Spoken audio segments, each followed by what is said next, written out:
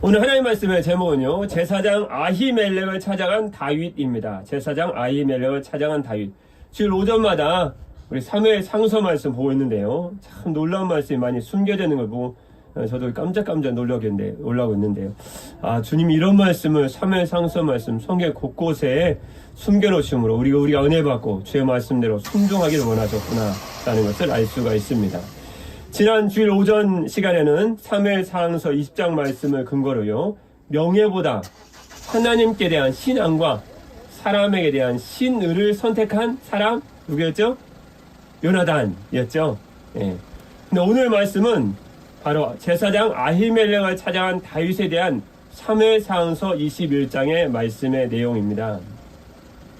오래전에 라이프 잡지사에서요, 삶의 의미는 무엇인가? 삶의 의미는 무엇인가? 라는 기사를 쓰기 위해서요, 한 100여 명이나 되는 100여 명이 넘는 유능한 사진 기자를 전 세계로 파견해서 삶의 의미는 무엇인가? 라는 기사에 맞는 사진들을 다 찍어오라고 부탁을 했습니다.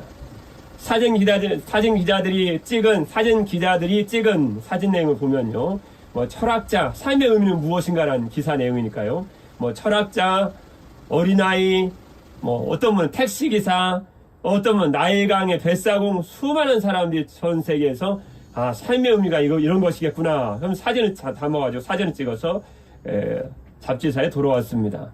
그런데 이 뛰어난 내노라는 유능한 사진 기자들이 찍어온 사진 가운데 가장 인상이 깊었던 사진은요, 브리타니 해안에 등대와 등대지기를 담은 사진이었다고 합니다.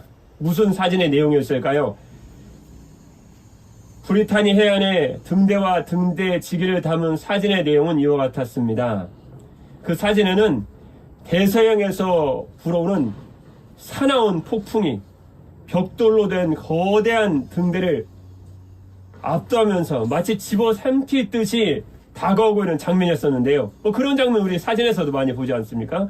그런데 그 거대한 벽돌로 된 거대한 등대 옆에서 사나운 폭풍의 파도를 등대를 집어삼킬 것처럼 다가오는 그 파도 앞에서 등대지기가 거대한 벽돌로 만든 거대한 등대 앞에서 주머니에다 손을 딱 넣은 채 똑바로 파도를 응시하고 있는 장면이었습니다. 무슨 장면이었을까요? 이 사진은 인생 항로에서 혹독한 시련의 풍랑을 만난 사람들에게 큰 도전과 의미를 주는 사진이 아닐 수 없었습니다. 아무리 인생의 험한 폭풍이 몰아친다 할지라도 주님 안에 있는 우리들은 브리타니 해안의 등대지기가 그 벽돌로 된 등대를 의지하고 손에 주머니에 딱 놓고 그래, 다가오려면 다가와봐라 라고 대서양을 몰아치는 폭풍 앞에, 그 파도 앞에 서 있는 등대지기처럼 견고한 등대를 의지하는 곧 영원한 피난처 대신 주님을 의지하는 우리들은 결코 두려움이 없다라는 의미를 주는 사진이 아닐 수 없었습니다. 오늘 그와 같이 사울의 칼날과 자기를 죽이려고 하는 사울의 칼날과 군대를 피해서 도망가는 다윗이 피난처를 찾아서 간다는 곳이 바로 오늘 높당에 있는 제사장 아히멜렉이었습니다. 등대지기가 폭풍과 파도 앞에서 등대를 삼킬 듯한 폭풍과 파도 앞에서도 주머니에 손을 넣고 등대를 의지하고는 평안한 모습처럼 다윗은 자기를 숨겨주고 자기가 피할 곳을 찾다가 마지막 세 번째로 찾은 것이 바로 제사장 아히멜렉이었습니다. 첫 번째로 찾은 사람은 사무엘이었죠. 사무엘상 19장 말씀이에요.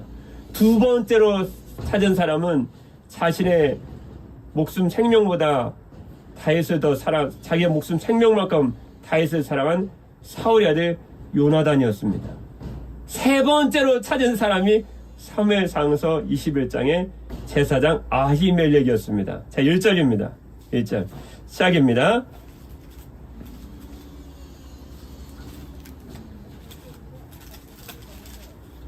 다윗이 노베 가서 제사장 아히멜렉에게 이르니 아히멜렉이 떨며 다윗을 영접하여 그에게 이르되 어찌하여 내가 홀로 있고 함께하는 자가 아무도 없느냐 하니, 첫 번째로 찾은 사람도 아니고 두 번째로 찾은 사람도 아니고 세 번째로 찾은 사람이었는데, 그 사람이 1절 말씀이에요. 다윗이 노베에 가서 노베에 사는 제사장 아히멜렉을 만나게 됩니다. 근데 보통 때는요, 다윗이 항상 휘하에 군인들을, 휘하에 종들을 같이 데리고 왔었거든요. 하속들을 같이 데리고 왔었거든요. 항상 동료와 수하의 사람들을 대동하고 왔던, 그리고 제사 드리는 아히멜렉이 왔던 다윗이 어쩐 일인지 혼자 온 거예요.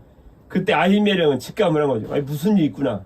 그래서 오늘 21절 말씀에 보면요, 중간 말씀에 보면요, 21장 1절 말씀에요, 아히멜렉이 떨며 다윗을 영접하여 트렘블, 떠는 거예요. 덜덜 떤 거예요.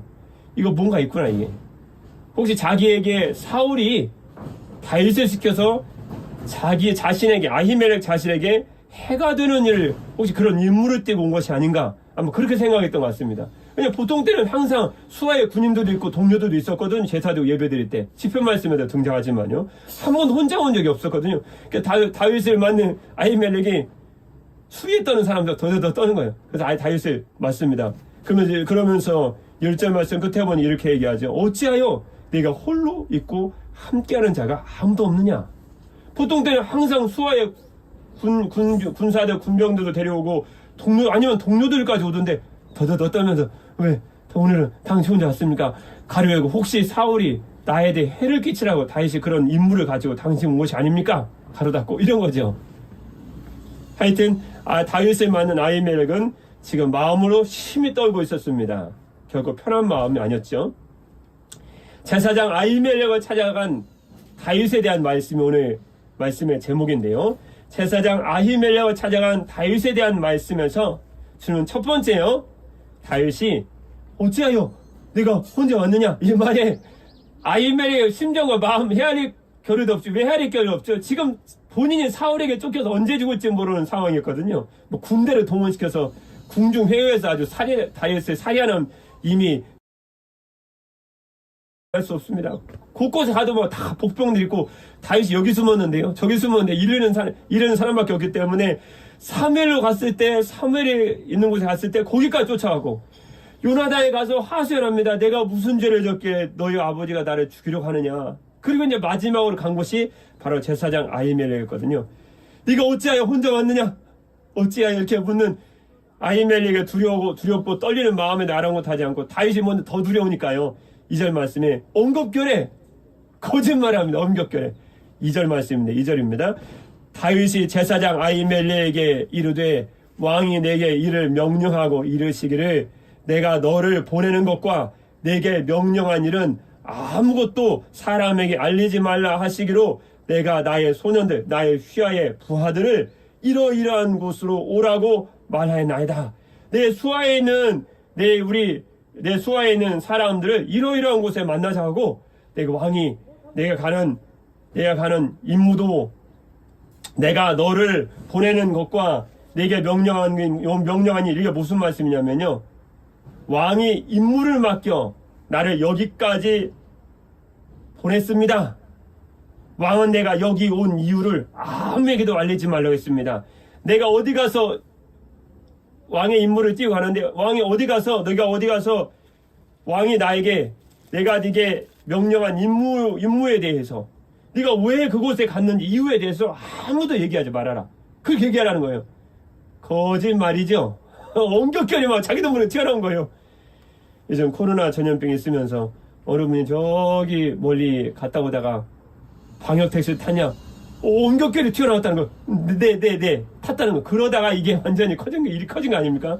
방역택시 탔다는데 뭐, 그러면서 그 위에 조사를 않는 바람에 퍼졌는데, 이게 누구의 일이었습니까? 갔다 온 그분만 일이 문제가 아니고, 어쩌면 한국교회 전부 다 주님께 하신 말씀인지도 모르겠는데, 이게 시작이 한국교회로부터 시작되는 바람에 참 우리가 지금 반사고 회개하지 않으면 일이 커질지도 커지겠습니다, 지금.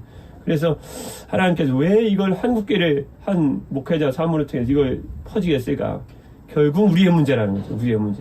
하도 우리가 핑계를 자꾸 대셨으니까 우리가 안 했다는 거예요. 그러니까 하나님께서 아주 그냥 한국교회 시발점을 아주 교회를 딱 짚어가지고, 이게 아주 잘못하면 커지겠는데 정말 어제는 기도가 나오더라고요. 주님 우리 교회들을 불쌍히 해 주옵소서. 잘못하면 일이 커지겠습니다. 예, 그래서 우리 주님이 우리를 불쌍히 해 주셔서 이제 한국교회가 도리어 민족을 위해 기도하고 깨어나는 교회가 될 줄 믿습니다. 항상 우리 주님은 좋은 것을 위해서 우리를 신앙을 깨우게 하시니까요. 어떻게 됐지만요. 하여튼 다윗이 거짓말했습니다. 2절에서 3절 말씀 쭉 보면요. 네가 왜 혼자 하느냐? 그랬더니 사울에 대해 임무를 맡겼고 내가 어디 가는 이유에 대해 임무를 맡고 어디 가는 이유에 대해서 절대 아무에게도 말하지 말라고 내게 말했습니다. 내게 이를 명령하고 이르시기를 내가 너를 보내는 것과 내게 명령한 일은 아무것도 사람에게 알리지 말아라. 그렇게 얘기했다는 거예요. 이 거짓말 때문에 결국 어떤 결과가 찾아왔을까요? 3회상에서 22장까지 말씀까지 읽어보신 분은 잘 아시겠지만요. 결국은 이 아히멜렉은 제사장이거든요. 이들은 높당에 살거든요. 에봇 입은 자 제사장 85명이 안타깝게 완전하게 목숨을 잃죠. 이 다윗의 거짓말이 한 번이 아무것도 아닌 줄 알았는데요. 이것을 통해서 결국은 다윗의 거짓말을 통해서요. 이 다윗을 도운 제사장 아히멜렉 결국은 다윗을 도왔지 않습니까? 이 다윗을 도왔다는 이유 하나만으로 결국은 제사장 일족 같은 조상의 친척에 같이 사니까요. 이 사람들이 사울에 의해서 학살당하는 에봇 입은 제사장들만 86명, 애들까지 다 죽었으니까요. 아주 참견을 겪게 됩니다. 이것을 통해서 다윗이 큰 깨달음을 가지고 이 죄의 이 작은 거짓말하면 아무것도 아닌 것 같잖아요. 근데 내가 했는데요? 아무것도 아닌 거죠 이게. 크지만 이게 결국은 다윗뿐만이 아니고 다윗을 도운 아히멜렉의 제사장들까지 큰 어려움을 겪게 만듭니다. 그래서 다윗이 결국은 3회상서 22장 앞에도 20인데요. 뒤에도 20인데요. 3회상서 22장 22절 말씀 보면요.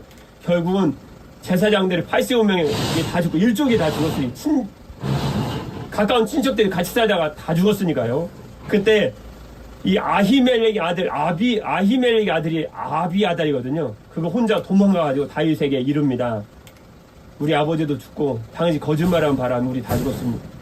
그때 3회상서 22장 22절 말씀에 다윗이 이 제사장인 아히멜렉의 아들인 혼자 사울의 칼날을 피해서 도망한 아비아달에게 이렇게 얘기합니다. 3회상서 22장 22절 말씀에요. 다윗이 아비아달에게 이르되 그날에 에돔 사람 도액이 사울의 목자장이었거든요. 7절 말씀에 보면 목자장이 거기 있었습니다. 지켜보죠. 다윗 왔구나. 아히멜렉 도와주는구나. 잘 됐네. 그가 이랬거든요. 결국 사울한테. 그래서 에돔 사람 도액이 거기 있기로 제사드리는 거기 있기로 그가 반드시 사울에게 말할 줄 내가 알았노라. 내 아버지 집에 모든 사람 죽은 것이 나의 탓이로다. 여러분 죄가 아무것도 아닌 것 같으시죠? 그렇지 않습니까? 우리 아무것도 아닌 것 같잖아요. 거짓말 한 번은 온 각별히 거짓말한 거 아니야 솔직히. 너 왜 혼자 하냐? 아니 어떻게 하다 보니까 사울이 되게 명령하고 내가 간 이유에 대해서 아무도 얘기하지 말라고 해서 왔지요. 그런데 그 거짓말 한 번으로 아히멜렉의 다윗을 도운 것이 되고 결국은 아히멜렉 일족이 사울의 칼날 앞에 완전히 멸족을 당하게 됩니다. 다윗이 땅을 치면 후회하죠. 그럼 죽은 사람 어떻게 하겠어요? 결국은 다윗의 거짓말, 제사장 아히멜렉을 찾아간 다윗에 대해서 첫 번째 말씀은요, 2절 말씀에 다윗의 거짓말로 인한 참변에 대해서 말씀하시고 있습니다. 선줄로 생각하는 자는 넘어질까 조심하라고. 우리 항상 이 시대에 살아가는 그리스도인들은 모든 일에 깨어서 주의하고 또 주님 영광을 위해서 조심해야 될 것입니다. 두 번째 말씀은요, 결국은 제사장 아히멜렉을 찾아간 다윗에 대한 말씀에서 두 번째는요, 8절 말씀인데요. 8절입니다. 시작입니다. 다윗이 아히멜렉에게 이르되 여기 당신의 수중에 창이나 칼이 없나이까? 왕의 일이 급함으로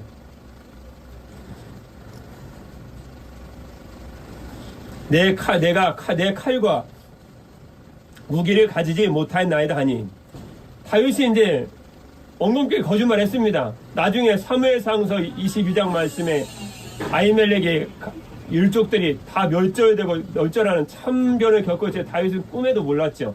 어떻게 되더냐 그렇게 됐습니다. 다윗의 거짓말 때문에. 그리고 다윗이 이제 제사장 아히멜렉을 찾아온 다윗이 이렇게 얘기합니다. 여기 당신의 수중에 창이나 칼이 없습니까? 내가 왕이 내게 명한 임무가 너무 급하기 때문에 내가 내 칼과 무기를 가지지 못하나이다. 계속 지금 거짓말을 계속 이어가게 되죠. 지금 어떻게 됐든지요. 그때 여기 내 칼과 무기가 가져오지 못했는데 여기 혹시 창이나 칼과 무기가 없습니까? 그래도 9절 말씀이에요.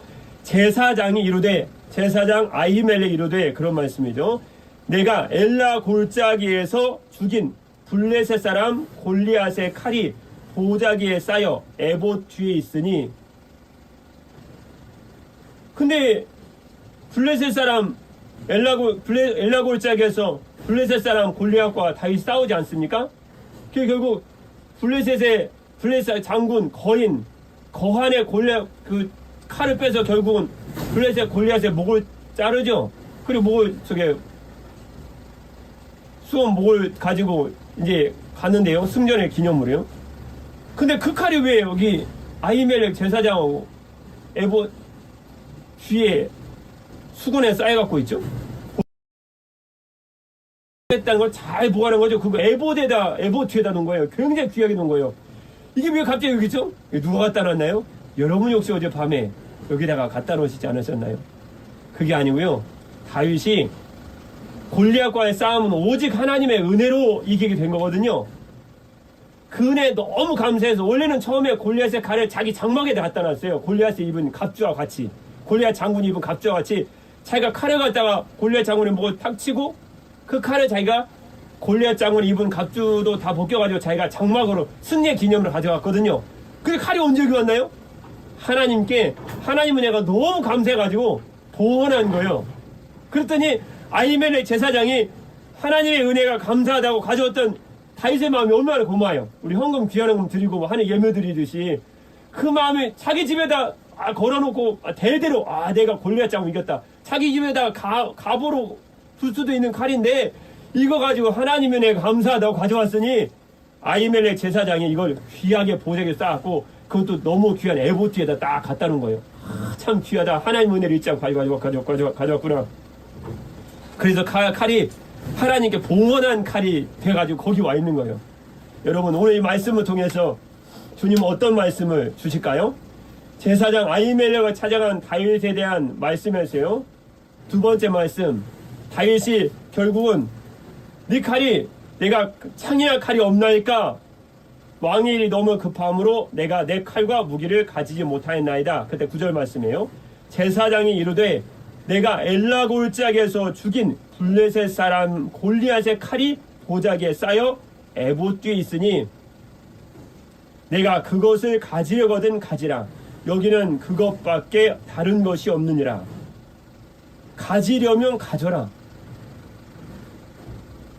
주님께 드린 것은요 결코 헛되지 않는다. 그 말씀입니다.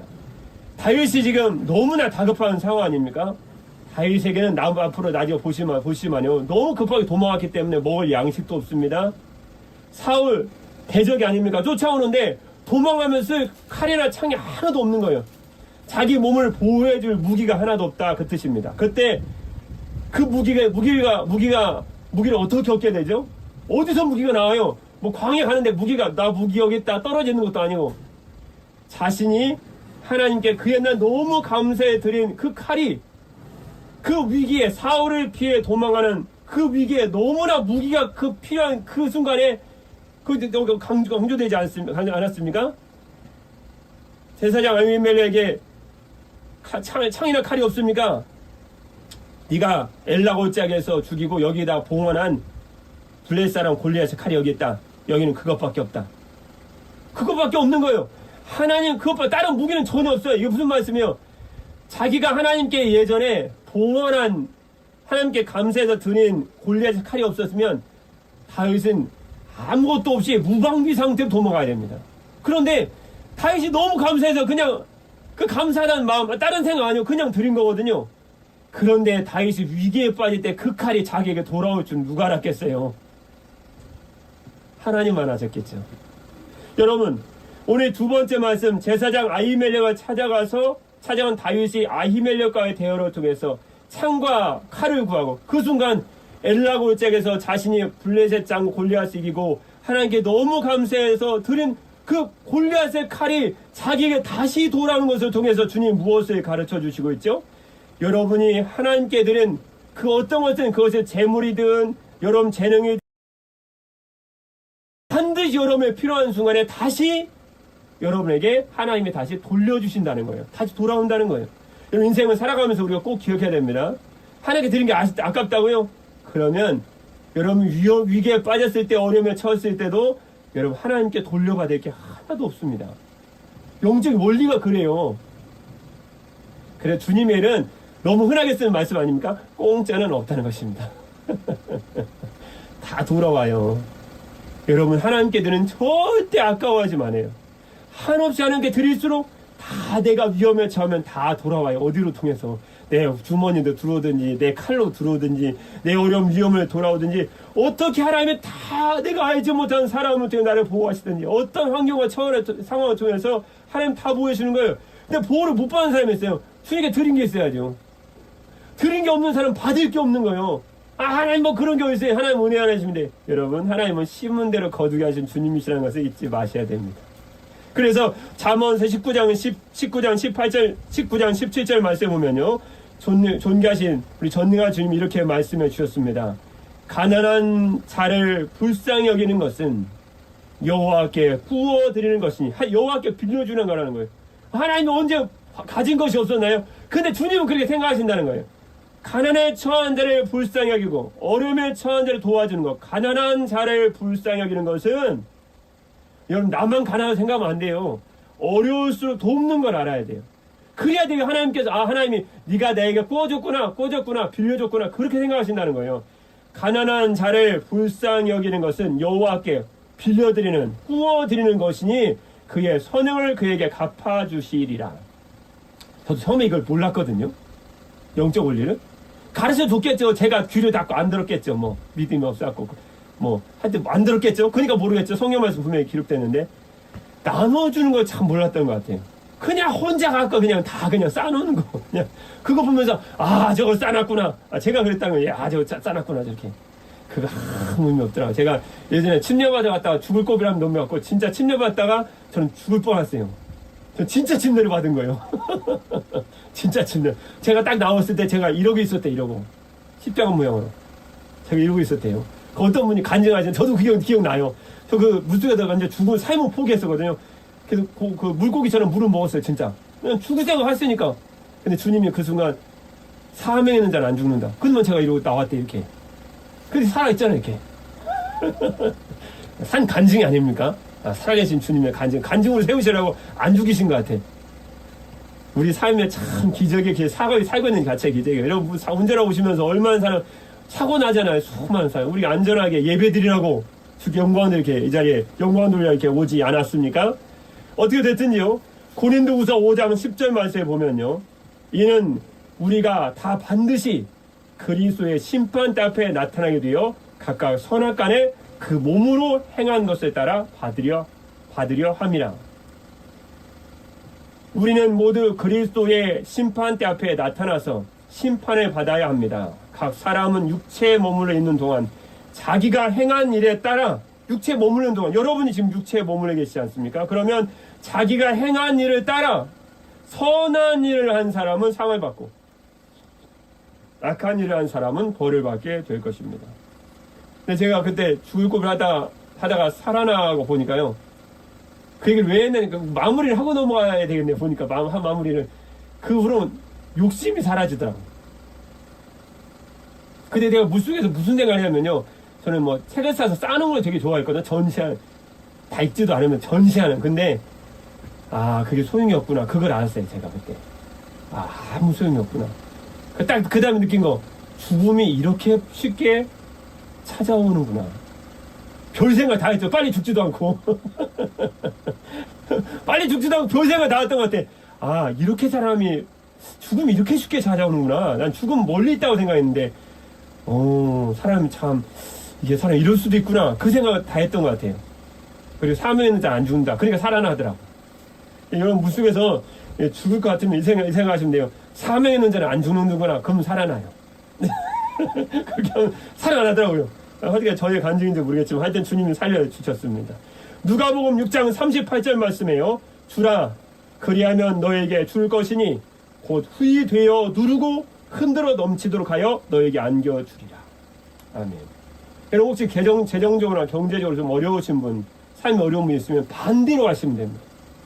깨달은 주님의 말씀을 통해 깨달은 주의 말씀을 근거해서 깨달은 말씀 보면요 반대예요. 어려우면 더 나눠주라고 해야 돼요.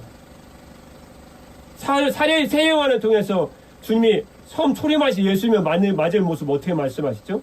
옷 두 벌이는 자는 한 번만 갖고 있으라는 거예요. 두 벌을 갖고 있다는 건 사치하는 거예요. 내일을 염려하지 마시고 나눠주면 그게 다 돌아와요. 어느 순간 다. 다윗이 자기 집에다 골리앗의 칼을 둘 수도 있지만 하나님의 은혜 너무 감사하니까 갖다 드렸는데 봉헌했는데 그게 자기가 정말 칼이 필요하고 위험과 어려움을 당해서 정말 위험 어려움 당하는 순간 자기가 돌아올 줄은 그건 주님만이 아셨겠죠. 하지만 돌아왔어요. 그리고 그 칼을 가지고 그 칼을 뺄 때마다 하나님의 은혜를 기억하죠. 하나님이 골리앗 장군 이것을 통해 이기게 하셨구나. 그의 목을 치게 하시고 그리고 내가 하나님께 드린 건 내가 반드시 돌아온다는 것을 주님은 다윗에 계속 깨닫게 하시고 이런 체험을 통해서 철저하게 하나님의 은혜에 대해서 도로 받는 하나님께 다시 받는 은혜에 대해서 깨닫게 하신 줄 믿습니다. 세 번째는요. 제사장 아히멜렉을 찾아간 다윗에 대한 오늘 말씀을 통했어요. 여러분 이 말씀 오늘 좀 주목하실 필요가 있는 것이 같습니다. 네, 간단한 말씀이지만요. 저희가 주목해 볼 필요가 있는 말씀 같습니다. 처음에 서론 부분에서 말씀을 드렸지만요. 노베사는 제사장 아히멜렉을 다윗이 찾아간 순간은요. 첫 번째가 아니었습니다. 두 번째도 아니에요. 세 번째예요. 그러면 이 사실을 아는 제사장 아히멜렉은 기분이 좋을까요? 나쁠까요? 나쁘죠. 알았으면 나쁠 것 같아요. 첫 번째 사람은 도와달라고 그러면 선지자 사무엘을 쫓아가고 두 번째도 아니에요. 두 번째는 요나단이었어요. 자기의 생명같이 타나간 요나단. 세 번째 사람이에요. 그러나 다윗이 분명히 세 번째 사람. 여러분 다른 친구 다 방문하고 너 세 번째로 온 거야. 여러분 기분 참 좋으시겠죠? 기분 나쁘죠? 너 집에 가. 야, 내가 찾아갈 사람이 없어도 첫 번째도 아니고 두 번째. 내가 세 번째냐? 내가 세 번째? 너 나를 어떻게 보는 거야? 근데 다윗이 그렇지만요. 다윗이 제사장 아히멜렉을 볼 때 한 가지를 알고 있었어요. 이 사람은 내가 어떤 순간 어느 순간 어떤 위기 가운데 찾아간다 할지라도 내가 아무것도 없이 찾아간다 할지라도 나를 반겨줄 사람이야. 나를 맞아줄 사람이야. 내가 필요한 것도 채워주고 내가 만나자고 하면 어떤 모든 일을 제쳐두고서라도 나에게 나와줄 사람이야 하고 다윗은 믿었어요. 그래서 아히멜렉을 찾아간 거예요. 기분이 아예 나쁘진 않겠죠. 그런데요. 이 아히멜렉을 찾아가서 세 번째로 다윗에게 도망가면 피할 수 있는 사람, 피하기 좋은 사람 1번도 아니 2번도 아니고 3번인데요. 결국은 제사장 아히멜렉에 찾아가서 다윗은 정말 중요한 것들을 많이 얻습니다. 첫 번째는 먹을 양식을 얻어요. 먹을 양식을. 그 말씀이 어디 있을까요?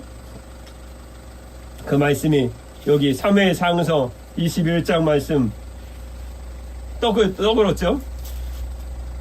3절 말씀에 이제 당신의 수중에 무엇이 있나이까? 떡 5덩이나 무엇이나 있는 대로 내 손에 주소서. 그래서 정말 배고프잖아요. 수하에 있는 군사들도 아무것도 없고 정말 먹을 것이 필요한 그 순간 첫 번째도 아니고 두 번째도 아니고 세 번째밖에 안 되는 제사장 아히멜렉에게 순서가 세 번째인데 정말 중요한 양식을 얻습니다. 그걸 힘을 얻고 사울의 피해 도망갈 수 있는 힘을 얻어요. 그것 때문에 다윗이 살아남는 거예요. 배 안 채고 어디 도망가겠어. 힘이 없는데 먹을 양식이 없는데. 두 번째는요. 거기서 8절 말씀처럼 방금 읽었던 말씀처럼요. 거기서 칼을 얻습니다. 무기를 얻죠. 자기를 보호할 정말 하나뿐이 없는 블레셋 장 골리앗의 칼, 이보다 좋은 무기가 없었죠. 그걸 얻게 됩니다. 그리고 세 번째는 나중에 사무엘상에서 22장 말씀, 사울이 계속 책망하는 말, 사울이 아비멜렉을 죽이러 갈 때 계속 트집 잡는 말씀, 트집 잡는 말 중에 하나 있죠. 왜 다윗에게 앞으로 가야 할 길을 알려줬냐는 거예요. 그 아비멜렉이 아주, 내가 다윗을 위해서 하나님께 부른 게 이번이 한 번입니까? 너 왜 다윗을 위해서 하나님께 부르냐는 거예요. 그래서 제일 중요한, 앞으로 어디로 가야 되고 무슨 일을 하고 정말 누구를 만날지 인생의 앞길을 하나도 모르는 상황에서 갈 길을 아히멜렉 제사장을 통해서 알게 됩니다. 정말 중요한 것은 사무엘 선지자 때도 실 아니었어요. 요나단 때도 아니었어요. 정말 중요한 것은 세 번째 사람인 아히멜렉을 통해서, 제사장 아히멜렉을 통해서 하나님의 공급하시도록 만드셨습니다. 이 말씀 통해서 한 가지 느껴지더라고요. 뭐냐면 첫 번째, 우리 주님이 내가 언제든지 달려갈 수 있는 분이시고, 여러분 어떤 일을 만나시면 주님께로부터 가셔야 돼요. 주님이 세 번째면 안 된다는 말씀을 드리는 것입니다. 하다 안 되니까 하다 전화해도 안 되니까, 도와달라고 전화하다니까, 전화기를 불통이라도 전화해도 안 되니까, 하다 주님은 어쩌면 세 번째도 아니신지 몰라. 하다 안 되니까, 돌아다니다가 더 이상 발이 아파서 못 돌아다니니까 그때도 주님 좀 도와주시죠, 이런 건 아니신가. 근데 주님은 맞아주시죠. 아무것도 모르는 것처럼 주님은 그렇게 맞아주세요. 우리 주님은 아무것도 모르는 것처럼. 그래야 맞느냐. 그리고 두 번째 느끼는 것은 제사장 아히멜렉에 통해서, 세 번째 소주제에서 제사장 아히멜렉 모습을 통해서 배우는 것은요, 나는 이런 사람으로 살고 있는가. 생전 전화도 하는 사람이요, 그냥 갑자기 때르렁 전화 왔어요. 만나자는 거예요. 왜 만나야 돼요? 연대가 전화 다니는데. 그렇지만 제사장 아히멜렉은 아무 말도 안 해요. 네가 왜 인제 왔느냐? 너희 수하도 군사도 없으지. 그렇게 하나도 말 안 해요. 떡 달라니까 떡 주고, 카이 달라니까 카이 주고, 가는 게 가는 게 알려달라니까 알려주고. 좀 바보 같지 않으세요? 그러나 주님의 모습을 너무 닮았어요, 제사장 아히멜렉이. 근데 제사장 아히멜렉 모습을 볼 때 제가 그 옆에 딱 서니까 목회자지만 너무 부끄러운 거예요. 나하고 너무 달라가지고. 나는 그렇게 않는데. 우리가 아무리 세 번째, 두 번, 네 번째, 다섯 번째를 찾아가도 우리를 모른다고 하신 예수님의 모습이 딱 떠오른 거예요. 우리 주님은 너 왜 인정하느냐? 너 어디 갔다 왔어? 몇 번째야 지금? 이렇게 알아치는데 우리 주님은 한 번도 안 그러실 거예요, 저한테. 우리 모두 그렇지 않습니까? 영웅 나폴레옹의 이야기입니다. 마지막 이야기하고 이제 마치는데요. 나폴레옹 영웅, 그 유명한 프랑스의 나폴레옹이 유럽을 정복하고 세계를 지배하고 제패하려고 하다가 그 유명한 워털루 전투에서 대패를 합니다. 그래서 나폴레옹이 잡히죠. 그래서 여러분 역사 공부하시면서 너무나 쉽게 유명하게 잘 아셨던 그곳인 세인트 헬레나 섬에 유배가 됩니다. 그런데 지난날 그는 세계도 정복하고 유럽을 정복하고 유럽의 모든 나라가 연합국 형성해서 다 나폴레옹에 대적해도 안 되고 다 두려움에 떠는 나폴레옹이었는데, 이제는 힘없이 워털루 전투에서 큰 국가, 특히 두 국가하고 연합전선한테 패해가지고, 연합국에 패해가지고 세인트 헬레나 섬에 부끄러운 노년이 되었는데, 부끄러운 모습으로 패배의 모습 딱 들어있는 자신의 모습을 보니까 너무 부끄러운 거예요. 너무 초라한 거예요. 남한테 자기 모습 보여주고 싶지 않아. 자기가 한때는 세계를 호령하는 영웅이었는데, 세계를 호령하는 장군이었는데, 세계를 호령하는 나라의 군주였는데, 아니 불쌍히 잡혀가고 세인트 헬레나 섬에 하얀 백발이가 날리면서 있는 자기의 모습이 너무 부끄러우니까 사람들의 모습, 사람 앞에 나타나기도 있고 보여주기도 싫은 거예요. 그때 어느 한 기자가 어렵사리 나폴레옹과 인터뷰를 하는데 성공했습니다. 그래서 이 기자가 세인트 헬레나 섬에 유배되어서 포로로 있는 이 나폴레옹, 그 유명한 유럽을 정복하고 제패했던 나폴레옹에게 이렇게 얘기합니다. 한때 그 위대한 장군이었죠. 한 나라를 다스렸지 않습니까? 나폴레옹 장군님, 지난날을 회상할 때 가장 행복했던 순간은 언제였습니까? 그렇게 물었다는 거예요. 당신이 세계를 제패하고 이렇게 나라들의 왕들에게 더 이상 떨게 만들었는데, 당신이 지난날에 이제 포로로 잡혀있는 상황에서 지난날을 회상해 볼 때 가장 행복했던 순간은 언제입니까? 나폴레옹이 나이가 들었잖아요. 이제 백발을 날리면서 눈을 지그시 감더니 막 눈물을 흘리는 거예요. 기자님, 그때는 스위스의 알프스 산맥을 내가 넘었을 때였습니다. 잠시 전투가 거친 어느 주일 아침이었는데, 오늘처럼요. 어느 주일 아침이었는데요. 알프스 산맥을 넘고 있는데 전투가 잠시 그쳤습니다. 그때 알프스 산맥 밑에 있는 산 아래 조그만 교회에서 땡그랑 종이 울려왔지요. 그럼 아플레옹 원래 신앙인이 아니거든요. 그 종소리에 자기도 모르게 발이 끌린 거예요. 전투는 그쳤으니까요. 장군이 간다는데 누가 뭐라 하겠습니까? 뭐가 있습니다. 땡그렁 종소리가 울리는 그 소리에 끌려 어느 교회, 시골 교회에 들어갔지요. 그리고 그 자리에 앉았습니다. 나는 그때 눈물을 흘리며 내 인생 최고의 행복을 맛보았습니다. 여러분, 세계를 제패한 천하의 나폴레옹도 하나님의 집인 교회에 와서야 진정한 영혼의 안식을 얻을 수 있었다는 것입니다. 탕자같이 방황했던 어거스틴도 주님의 품에 안긴 후에야 참된 평안을 느꼈다고, 참된 안식을 느꼈다고 그는 고백했습니다. 여러분, 우리의 인생의 참된 평안, 다윗은 제사장 아비멜렉에게 찾아갔지만 우리 인생의 참된 행복, 참된 만족, 참된 기쁨은 어디 있을까요? 바로 주 예수 그리스도. 내가 언제든지 첫 번째도 아니고 두 번째도 아니고 맨 마지막에 찾아가도 나를 안아주시고, 나폴레옹을 안아주시고, 어거스틴을 안아주시고, 여러분과 저를 안아주시는 우리 주 예수 그리스도의 품에 여러분의 참된 안식과 행복과 기쁨이 있다는 것을 우리는 잊지 말아야 될 것입니다. 여러분, 인생을 살아가시면서 다윗은 위험의 순간에 제사장 아히멜렉을 찾아갔습니다. 여러분, 정말 어려운 순간에 지금 살아오고 계신지요? 그러면 우리의 영원한 안식처가 되시는 우리 주 예수 그리스도 앞에서, 그분의 안에서 참된 안식과 평안과 기쁨과 만족을 얻으신 여러분 되시기를 주님의 이름으로 축복합니다. 기도하겠습니다. 수고하고 무거운 짐진 자들아, 다 내게로 오라. 내가 너희를 쉬게 하리라. 사랑의 우리 주 하나님 아버지, 영원한 안식은 저희들에게 참된 안식과 평강의 은혜를 주실 수 있는 분은 우리의 영원한 피난처가 되시는 우리 주 예수 그리스도밖에 없는 줄 믿습니다. 수고하고 무거운 짐진 자들아, 다 내게로 오라고 말씀하시는 예수님의 말씀을 듣고 우리 삶의 모든 수고하고 무거운 짐을 내려놓고 주님의 품 안에 이 시간 안깁니다. 우리의 영혼의 참된 안식처가 피난처가 되시는 주님, 우리 사랑하는 성도들에게 인생의 참된 안식과 평강의 은혜를 더하여 주옵소서. 영원한 피난처가 되시는 주 예수 그리스도의 이름으로 기도드립니다. 아멘.